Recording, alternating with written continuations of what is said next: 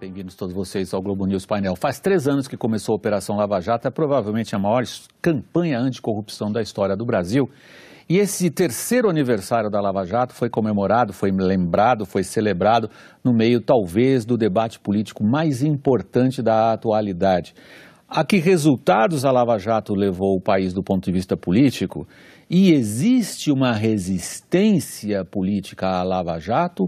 Ou, de fato, onde ela chegou está bom e ela precisa agora ser freada? A pergunta é intencionalmente polêmica e com ponto de interrogação. Ela traduz, na nossa maneira de começar a apresentação do programa, um debate político crucial para o nosso destino imediato, sobretudo diante da desorientação que muita gente sente em relação ao que está acontecendo na política brasileira. 3 são os nossos convidados aqui no estúdio da Globo News de São Paulo. Eu começo a apresentação dos nossos participantes por Murilo de Aragão. Ele é presidente da Arco Advice, uma consultoria política que tem sede em Brasília. Está conosco Carlos Ari Zundfeld, professor de Direito da Fundação Getúlio Vargas de São Paulo. Ele é presidente da Sociedade Brasileira de Direito Público. O 3º convidado, participante da nossa roda, é José Eduardo Faria. Ele é professor titular de Direito da USP e da FGV. Murilo, a Lava Jato é um sucesso de público extraordinário. Ela chegou ao limite? Não, ela não chegou ao limite. E aqui eu não faço um juízo de valor, faço um juízo de realidade. A Lava Jato já causou grandes transformações no sistema econômico brasileiro e no sistema político. Eu digo que destruiu o capitalismo tupiniquim, o capitalismo de favores. Ainda está na metade no que tange ao julgamento dos envolvidos. E acredito que terá grandes consequências ainda nos próximos 2, 3 anos. Agora, independente de falar dos resultados concretos, né, de prisões e recuperação de ativos ou mudança de legislação, o mais importante saldo da Operação Lava Jato é uma profunda mudança cultural no que tange ao relacionamento entre o setor público e o setor privado e a relação entre o setor empresarial e o mundo político. Carlos Ari, muitos dos integrantes da Lava Jato o dizem de maneira muito veemente que ao chegar ao ponto em que se chegou no combate à corrupção, a Lava Jato agora é alvo de um contra-ataque. Contra-ataque esse que se manifesta sobretudo por articulações políticas dentro do Congresso brasileiro para livrar pessoas implicadas nas investigações das suas possíveis consequências. Procede essa acusação? Eu acho que há 2 coisas diferentes que às vezes parecem confundidas. Uma é a reação dos suspeitos que têm o direito de mentir, de fantasiar. E aqui são políticos e são autoridades que usam a tribuna para fazer isso.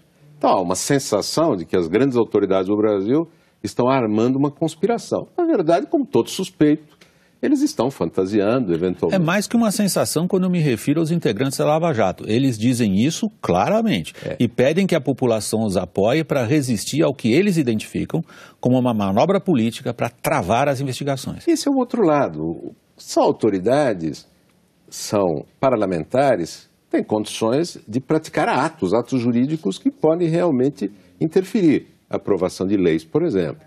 E tem uma negociação também que ocorre entre autoridades e pode, inclusive, envolver a justiça. Quer dizer, uma tentativa de fazer... Você vê isso acontecendo? Olha, há uma sensação, eu acho, de todo mundo, de que os juízes, inclusive o ministro Supremo, estão dialogando, talvez de uma maneira excessiva, com os políticos num momento muito delicado.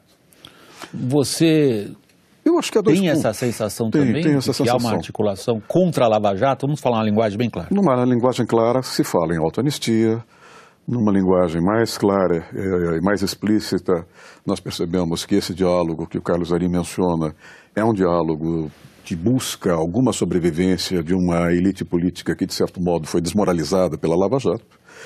E isso fica evidente quando a gente identifica um ministro do Supremo Tribunal Federal e presidente do Tribunal Superior Eleitoral, assumindo uma espécie de liderança com as reformas políticas no sentido de garantir uma certa limitação dos poderes de investigação dos procuradores da Lava Jato, da Força Tarefa de Curitiba. Você está se referindo ao ministro Gilmar Mendes? Estou me referindo ao ministro Gilmar. É uma coisa bastante, vamos dizer, estranha para quem acompanha o processo político e a vida institucional brasileira há muitos anos, como eu, esse tipo de protagonismo, esse tipo de envolvimento. Evidentemente, funciona como uma espécie de um maestro de uma contra-reação natural às investigações da Lava Jato.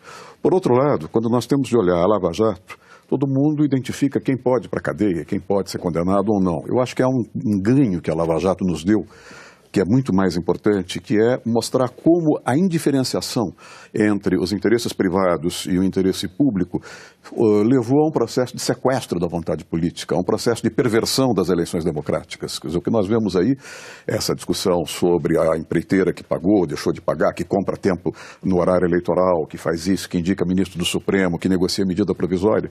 Quer dizer, nós tínhamos chegado a um momento em que as instituições públicas já não eram públicas, não é?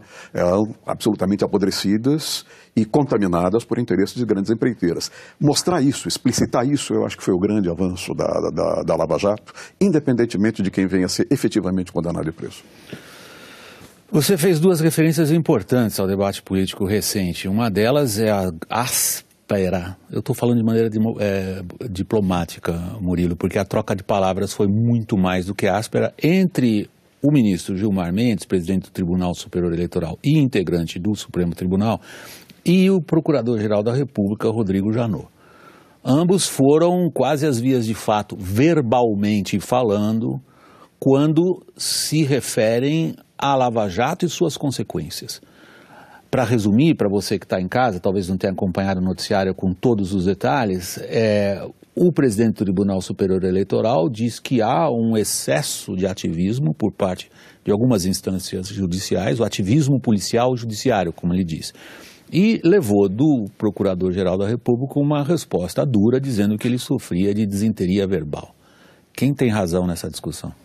Olha, de certa forma, é uma pergunta muito difícil. A gente precisa separar aí as instâncias. No aspecto pessoal, cada um tem direito a ter sua opinião. Acho que o ministro Gilmar Mendes tem direito a ter opinião e também tem direito a ter este tipo de opinião, porque é óbvio, o mundo jurídico sabe que nós vivemos, dentro da Operação Lava Jato, momentos de ativismo judicial.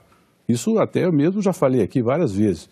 Então, ele quando ele expressa essa opinião, ele está no direito dele de falar. Quando ele condena os vazamentos, também ele está no direito de falar isso, até mesmo porque nenhum vazamento foi apurado decentemente e não se chegou a nenhum culpado, nem vai se chegar. Aliás, o que parece ter irritado a Procuradoria é que ele disse que os vazamentos saíram dali. Saíram dali. Então, gente, eu acho dificílimo que se chegue a uma apuração que aponte alguém dentro da Procuradoria que tenha feito esse vazamento. E também acho que se descobrirem alguém, essa pessoa será tratada como uma espécie de Snowden caboclo, entendeu? Será incensado pela mídia como um grande herói nacional por estar vazando. Então, existe hoje uma mediatização do processo judicial que é muito ruim.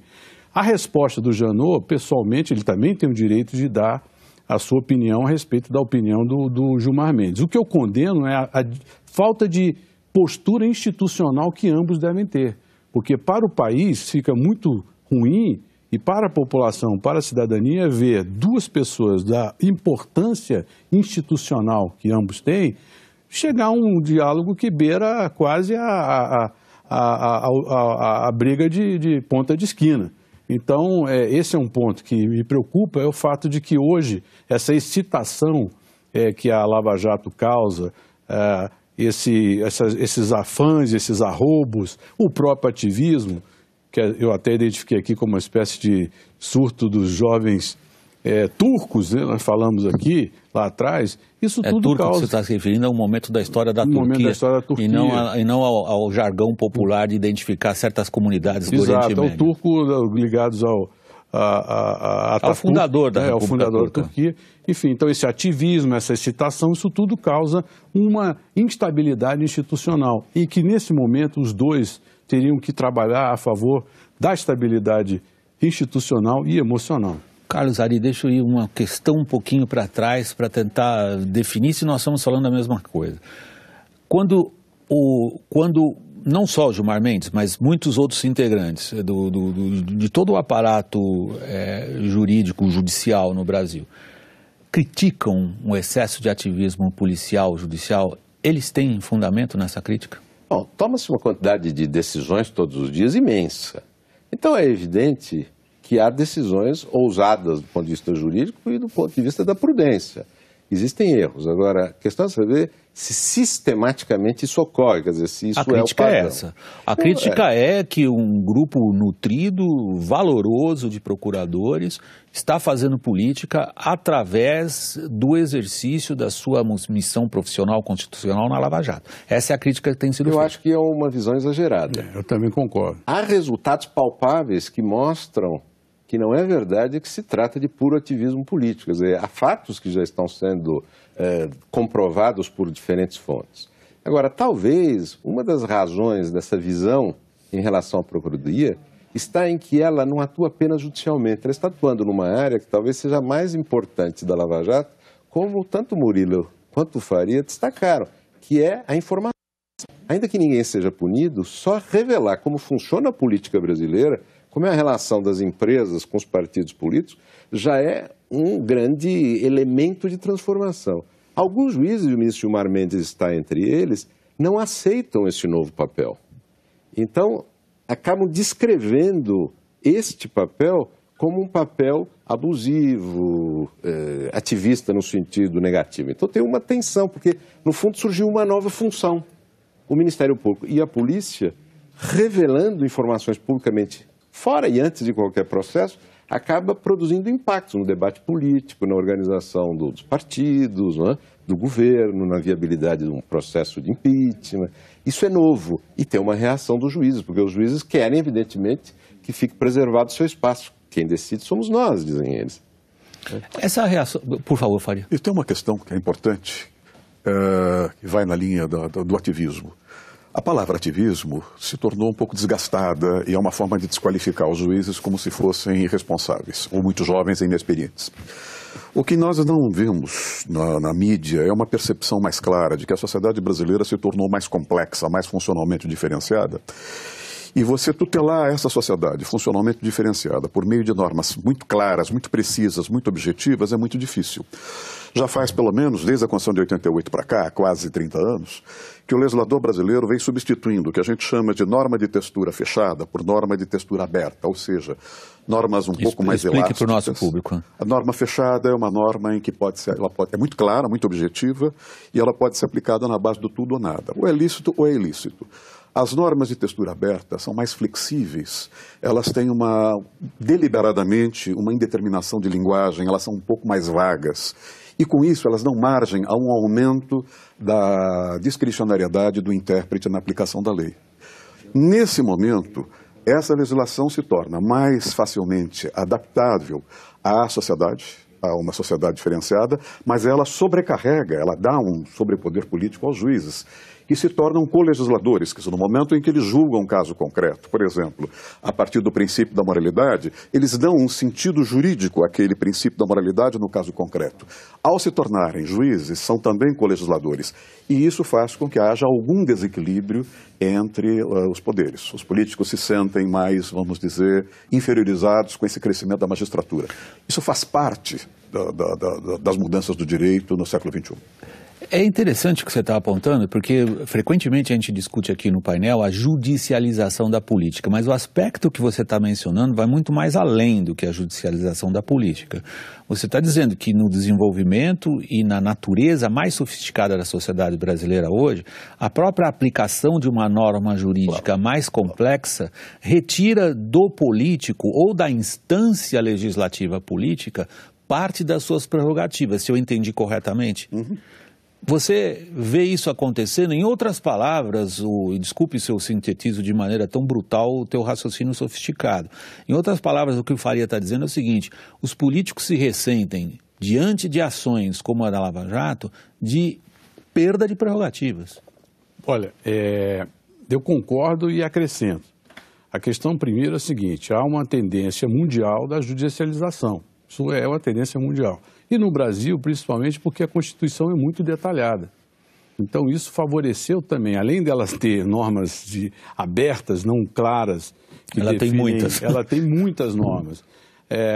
Isso é um ponto. O segundo ponto é que o próprio legislativo se omitiu de disciplinar muitos desses direitos constitucionais, imensas. Ou seja, nós temos imensas lacunas. Terceiro, nós temos lei demais no Brasil.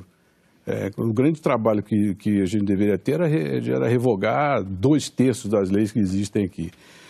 E o quarto aspecto é que a fragilidade política do legislativo, em especial em matéria política, gerou o que eles chamam esse fenômeno do tricameralismo, ou seja, o Brasil hoje é um país que tem 3 câmaras legislativas, a Câmara dos Deputados, o Senado Federal e o Supremo Tribunal Federal. Sendo que eu diria que o Supremo está com importância na maior que as outras duas. Maior, exatamente. E aí existe um outro ponto, que é também o próprio mundo político acionando o legislativo, o judiciário, para tomar decisões. Por exemplo, nesta semana, com a aprovação do projeto de lei de terceirização, o líder do PDT entrou com uma ação no Supremo querendo anular a votação.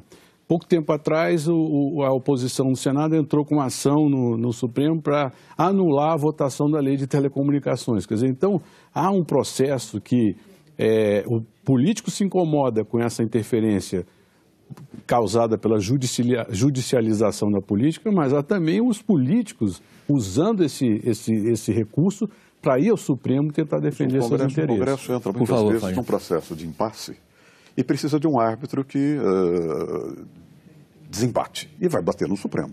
Outra coisa que também nós temos de perceber é que essa judicialização é fortemente decorrente de uma série de competências dadas a novos agentes políticos, a novos atores políticos, para que possam bater nas portas do tribunal, levando causas relativas a declarações de constitucionalidade. Ou seja, é fruto desse processo de uma sociedade que se tornou mais complexa e precisou mudar a sua arquitetura jurídica. Daí a ideia de judicialização. A judicialização mostra o protagonismo do Supremo. Agora, isso não se confunde com a questão do ativismo. A questão do ativismo é uma questão relativa à interpretação do direito.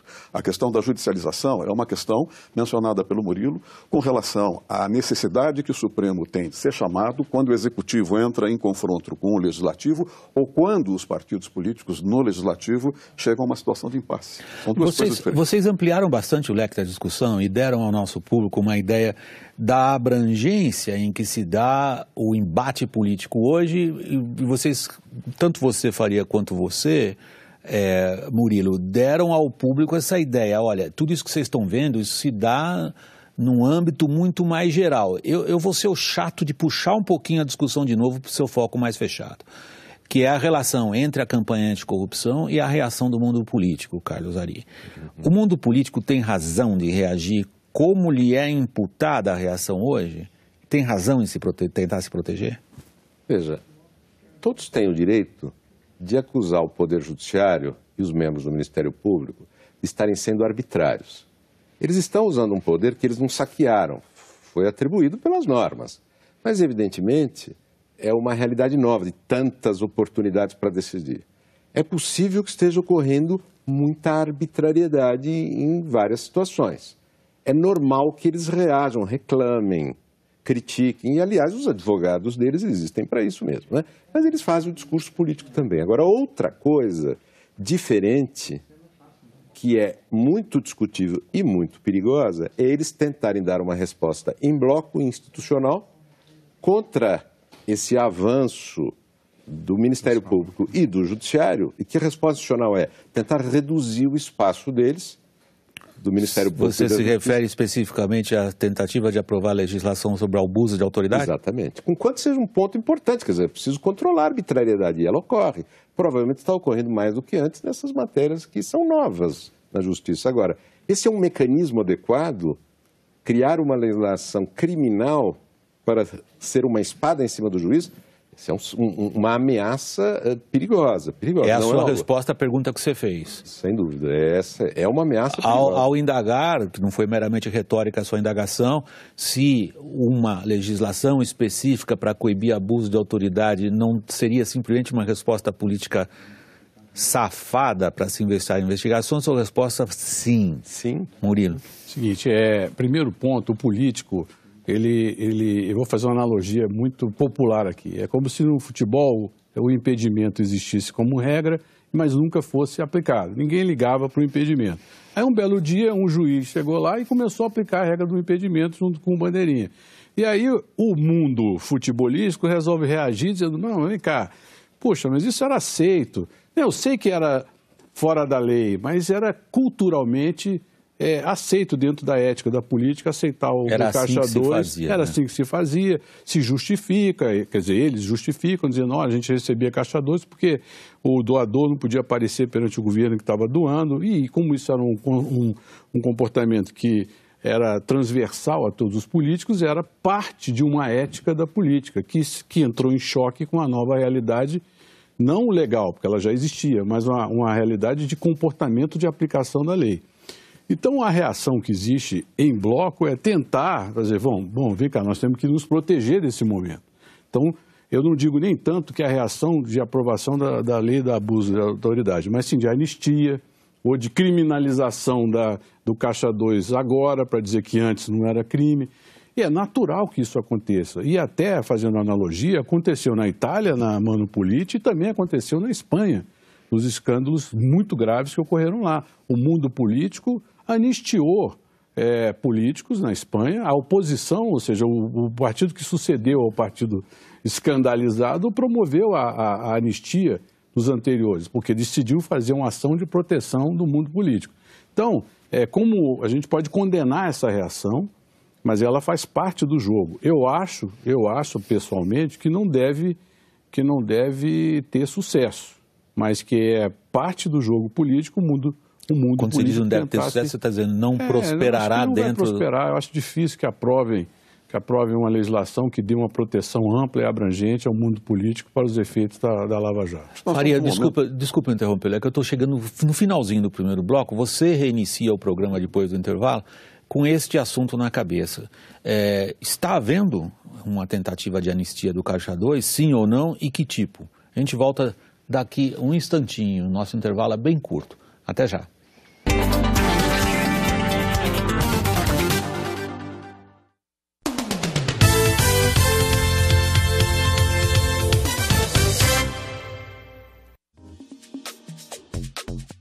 Neste sábado, os 4 primeiros conjuntos de banheiros reformados do Parque do Ibirapuera, na Zona Sul, foram inaugurados. Artistas como Eduardo Cobra grafitaram as paredes externas dos banheiros. Empresas bancaram totalmente a reforma e manutenção da estrutura. Alexandre de Freitas trabalha no parque e apoia a ideia. Eu aprovei sim, dando uma reformada no banheiro. Vamos ver se agora também se vai reformar o parque inteiro, né? Tá precisando de bastante coisa, podar um pouco as árvores também. Mas nem todos os banheiros do local foram ainda reformados. Zilda Magalhães destaca alguns problemas. Os banheiros são uma vergonha aqui nesse parque. Então é uma necessidade urgente, porque tem muita gente que vem de fora. Os idosos precisam ir ao banheiro, né?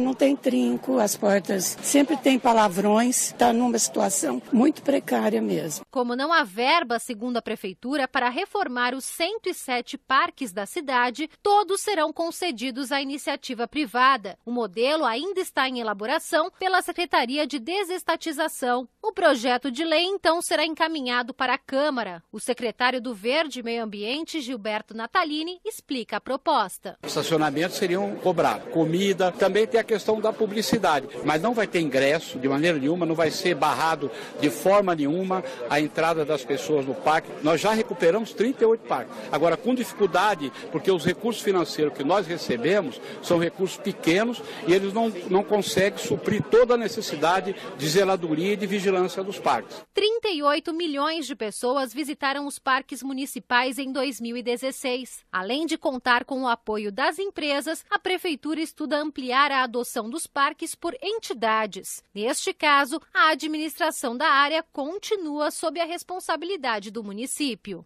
De São Paulo, Joyce Ribeiro. Rádio CBN, ZYK 695, AM 780 kHz, ZYD 800, FM 90,5 MHz, São Paulo. E na internet, www.cbn.com.br. Bem-vindos todos vocês de volta ao Globo News Painel, discutindo hoje a relação entre Lava Jato e o mundo político. A pergunta que ficou ao final do primeiro bloco no ar, Faria, é crucial no debate político hoje. Ela faz parte da briga de rua, até, se você quiser. A briga de rua entendida no debate mais duro entre diversos grupos que se interessam por política. Quer dizer, está se armando uma anistia para o Caixa 2. Se está armando uma anistia para o Caixa 2? Eu acho que todas as evidências vão nesse sentido. O discurso da descriminalização do Caixa 2, mais a questão relativa, como é que eu poderia dizer, medidas que possam destipificar eventuais crimes que foram cometidos pelos políticos, tudo isso mostra uma reação defensiva. Essa reação defensiva ganha, a meu ver, uma grande evidência esta semana, porque nós estamos às vésperas da divulgação, da homologação para efeitos de divulgação da delação da Odebrecht. E isto, evidentemente... Que já vazou uma parte vazou do TSE, do Tribunal Superior Eleitoral, mas vem depois as que foram feitas pelo Teori, agora pelo ministro Fachin. O que eu quero dizer é que isso vem deixando todos os setores políticos extremamente inseguros e, a meu ver, essa insegurança pode ser um dos fatores que explique a exaltação do presidente do TSE e do Procurador-Geral da República. Vamos imaginar, por hipótese, que na homologação dessas delações apareçam nomes de procuradores ou mesmo de ministros dos tribunais superiores. Sendo mais objetivo, vamos imaginar que apareçam ministros de cortes como o Supremo, de cortes como o Superior Tribunal de Justiça. Isso, de certo modo, pode ter um impacto de uma dinamite ou um impacto nuclear do ponto de vista da deslegitimação das instituições.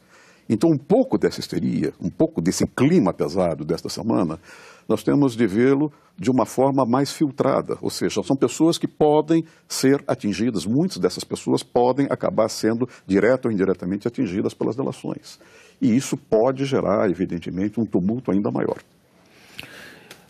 O Faria, é raro ele usar o verbo pode tantas vezes numa frase como ele usou agora. Ele evidentemente está fazendo uma especulação aqui entendida no sentido positivo.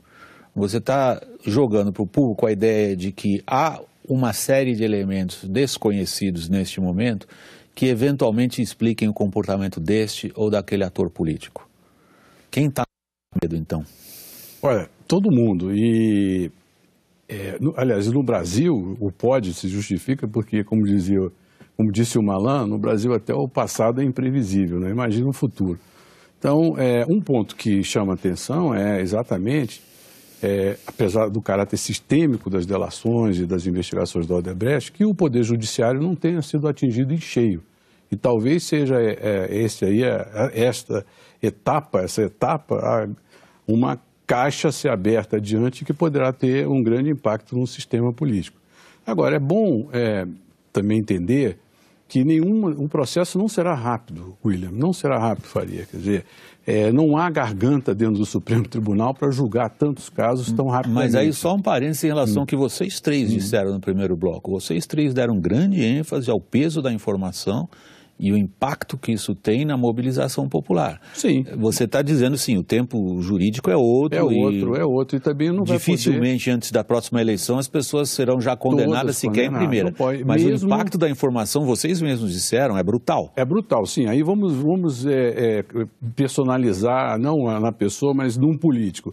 O político pode não ser condenado juridicamente, mas será condenado mediaticamente. Os vazamentos já fazem isso. Já fazem isso. E provavelmente, quando o vazamento tiver uma dimensão maior, o que, aliás, seria até melhor para a sociedade é que o sigilo fosse suspenso. Né? Bom, isso eu acho. E aí também. Todo mundo lá já exposto desde já no tamanho das suas acusações, isso irá causar, evidentemente, uma repercussão grave política importante. Mas eu também acho que nem todos os políticos serão inviabilizados por esse momento futuro que nós vamos viver agora. Faria, Carlos, você primeiro? Carlos. Eu acho que você tocou no ponto do Caixa 2, nós precisamos detalhar um pouquinho o que é o discurso dos políticos em relação ao Caixa 2 e mesmo as doações oficiais de campanha. Vamos lá, então. O que eles dizem? Estão nos criminalizando por uma coisa que não tem gravidade. O Caixa 2 é um problema de não contabilização. Então não é um dinheiro suspeito, né? E a doação oficial, ela não pode ser criminalizada porque doação é sem causa.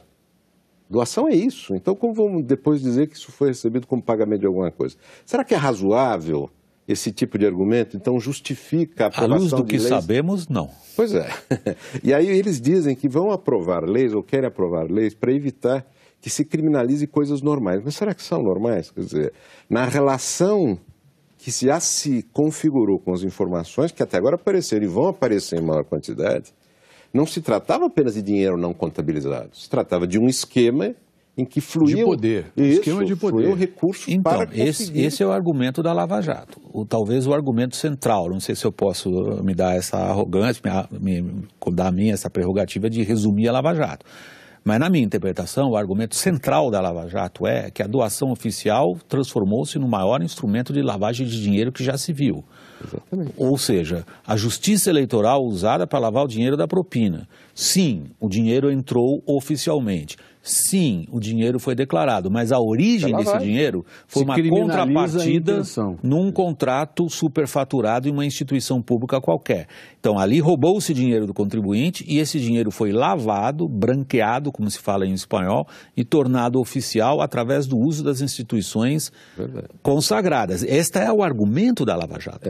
Agora, o que dizem os políticos? Na verdade, não tem lavagem de dinheiro ilícito, porque esse dinheiro não está pagando favores ilícitos que eu tenha feito. Agora, de onde vem esse argumento? Da visão que eles próprios, autoridades e parlamentares, têm da sua missão. Qual é a visão? Em parte de despachante de negócios privados. Ele acha que é natural isso. E, portanto, receber, ainda que não seja uma contrapartida imediata, mas uma contrapartida em bloco, por fazerem em conjunto os partidos o despacho dos negócios privados, parecia para eles natural. Só que agora, como o Murilo destacou, isso está em causa. A sociedade está sendo colocada diante dessa realidade. É normal que os agentes públicos façam isso? Despacho de negócios privados? Bom, aí vocês levam para o público e é uma das funções do painel justamente discutir essas encruzilhadas nas quais nós estamos, Faria. Nós estamos no limiar de mudar de alguma maneira o que foi até agora. Nós estamos no limiar. Isso implica caracterizar o que aconteceu de alguma maneira. Já está mudando, né? Isso significa troca de paradigma. E é um dado que nós temos de concentrar nossa atenção. Essa troca de paradigma parte em função de uma rejeição da sociedade a essa naturalização do político que ele é um despachante, de que ele é alguém que faz uma intermediação de interesses usando o mandato, seja como membro do Executivo ou como membro do próprio Legislativo. Agora, quando nós olhamos melhor atenção, nós vamos perceber que o grupo da Lava Jato tem uma visão de mundo mais direta, pode até vazar a informação na medida em que o vazamento é uma forma de buscar apoio da sociedade civil.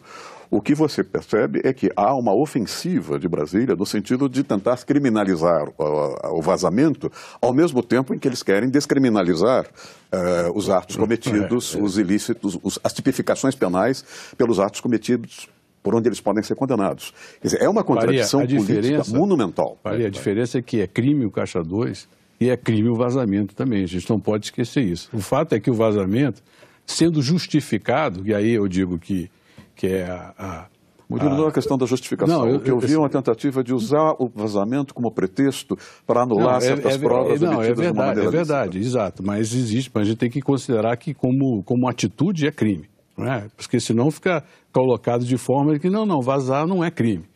Então, por mais que você justifique, você tem boas intenções que você quer reformar o mundo, enfim, e salvar o Brasil de um sistema político podre, que é verdade, mas está se usando um instrumento que não é legal. Né? Então, esse é um ponto importante que a gente deve colocar. Agora, o Faria está destacando uma coisa importante em relação ao vazamento. Enquanto possa ser punível, dizer que as provas devem ser anuladas, o processo deve ser anulado porque vazou uma delação, é uma distância incrível. Exatamente, isso é outra anulado coisa. Por quê? Contamina a prova por que razão? Isso pode ter um inconveniente para o processo, até por precocemente divulgar informações que seriam importantes para investigar. E anular por quê? Ninguém está discutindo aqui a materialidade do crime nem a autoria. Isso está muito evidenciado. Aparentemente tem provas tem provas muito robustas. Então, descaracterizar não é o caminho, né? Senhores, de qualquer maneira, me parece que do jeito que a política brasileira hoje é feita, ela não pode mais continuar. Isso parece implicar, até certo ponto, como aconteceu em passagens de ditaduras comunistas para regimes liberais. Eu me lembro muito do caso alemão. Houve um momento em que se precisou passar uma régua e dizer o que nós consideramos execrável, passível de punição direta do ponto de vista penal, nem se discute, mas do ponto de vista ético, moral, em determinado momento é declarado, daqui para frente vai ser diferente. Não é uma anistia de caixa 2. Talvez até a palavra anistia seja equivocada no contexto ao qual eu quero me referir. Mas há um determinado momento onde, do ponto de vista político, se traça uma linha. E se diz, para trás, o que foi considerado crime será punido, mas certas práticas não se repetirão, porém não vamos mais tratar delas. Chegamos nisso? Acho que não. Acho que ainda não chegamos, não. Não está claro que a gente tenha chegado nesse ponto. Eu acredito que ainda na próxima eleição nós vamos ainda carregar o peso das sequelas da Lava Jato, ainda que a Lava Jato tenha trazido mudanças concretas no sistema político. Por exemplo, a proibição do financiamento empresarial de campanha, a redução do tempo de campanha. O que provavelmente nos obrigará a votar com lista fechada em 2018. Eu não sei, eu também não concordo nessa mudança tão abrupta para 2018, mas acho que a mudança do sistema eleitoral é evidente que é necessário ser feito. Outro ponto é a questão do teto de gastos para candidaturas, que já foi aprovada para a eleição passada. Então, o Brasil tem um pouco vamos dizer, da síndrome do gato pardo, né? Muda-se para continuar as coisas do jeito que estão. Então a gente está hoje ainda vivendo um tempo onde tenta se mudar para manter mais ou menos o sistema incólume ou razoavelmente protegido. No entanto, como eu disse no começo do programa, o tamanho da revolução cultural que a Lava Jato causa no país é muito grande, muito forte e vai mudar a política. Eu não sei se a mudança já irá ocorrer de forma tão evidente em 2018, mas ela está vindo e o que vem por aí é novo. Eu não veria essa proposta de anistia como algo equivalente a uma anistia da liberalização da política quando se passa do autoritarismo para a democracia, por exemplo. Uma anistia para seguir adiante, um pacto para salvar o futuro. O que está ocorrendo no momento é uma tentativa de naturalizar, como disse o Faria, práticas que são absolutamente inaceitáveis. Porque quem defende essas anistias defende esse modo de proceder. Acho natural. Acho natural que parlamentares recebam empresas e apresentem emendas e defendam estas emendas no nome exclusivamente do interesse de uma empresa. Acho isso natural. Que vá liberar dinheiro lá num ministério qualquer para ajudar a empresa a receber a sua prestação. Acho que isso é natural. Então, é isso que está em discussão. Eles, na verdade, querem anistiar esse conjunto de situações, que são as doações por dentro e as doações por fora, para que não se possa compreender isso como pagamento de propina. Porque eles dizem que o que está fazendo é uma coisa normal, mas isso é inaceitável. Quer dizer, se nós anistiamos isso com este enfoque, nós não estamos pensando no futuro. Na verdade, nós estamos estragando o futuro, porque nós estamos mantendo uma prática que é inaceitável numa democracia. Parece que tem escassa possibilidade política esse tipo de anistia de prosperar. Simplesmente de passar um apagador no que foi e dane-se, era assim, vai continuar. Agora, as consequências dessa transformação política a qual o Murilo se referia e as consequências dessa, digamos, articulação a qual o Carlos Zari agora se referia nos deixam alguns impasses interessantes. Eu menciono um e queria saber como que você vê a mesma situação. Não parece absolutamente possível hoje sequer se pensar em financiamento de empresas de campanhas eleitorais, particularmente depois do que a gente ficou sabendo nas delações da Odebrecht. Como então financiar as próximas eleições? Isso pode ser um desafio no sentido de buscar estímulos para que as campanhas sejam mais baratas e haja uma diluição das doações a um certo valor, um valor bastante baixo, o que funcione como um processo de recapilarização do eleitorado, de uma participação mais efetiva do eleitorado, do ponto de vista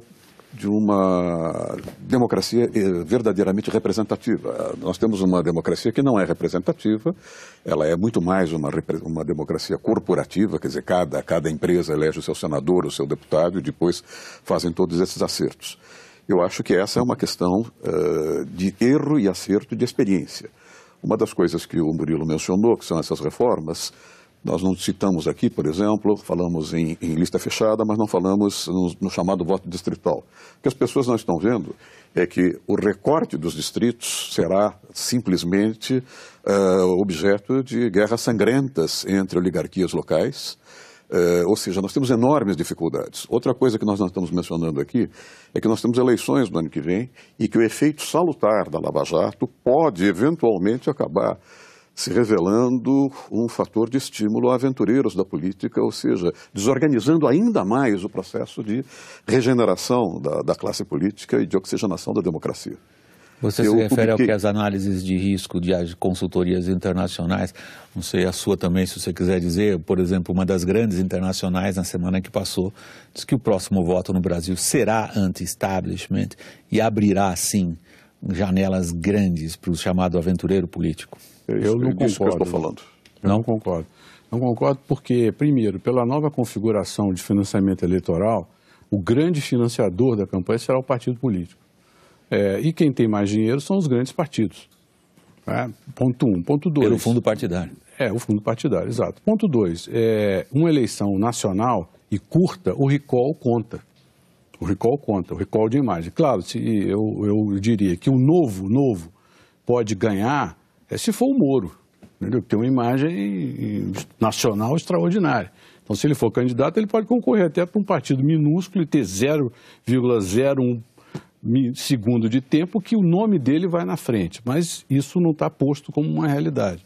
Então, o fato é que o establishment político tem uma vantagem do dinheiro e tem uma vantagem da estrutura partidária. Só para calcular, em 5.000 e tantos municípios no Brasil, a base hoje que apoia o governo Temer controla quase 4.500 municípios. O grande cabo eleitoral da campanha vai ser os prefeitos. O terceiro ponto, o fato é que o novo precisa ter estrutura, precisa ter equipe, precisa ter carro, chassi, motor, para concorrer com alguma condição. O que favoreceria o novo? Vai ser o debacle completo do sistema político, que eu acho que não ocorre até o ano que vem, ainda que ele seja profundamente atingido. Segundo, um ambiente econômico absolutamente caótico, porque o brasileiro vota muito com a sensação térmica da economia. Se a economia começar a melhorar, o engajamento do brasileiro médio em relação a uma mudança vai ser menor do que se houvesse um quadro de completa tragédia econômica.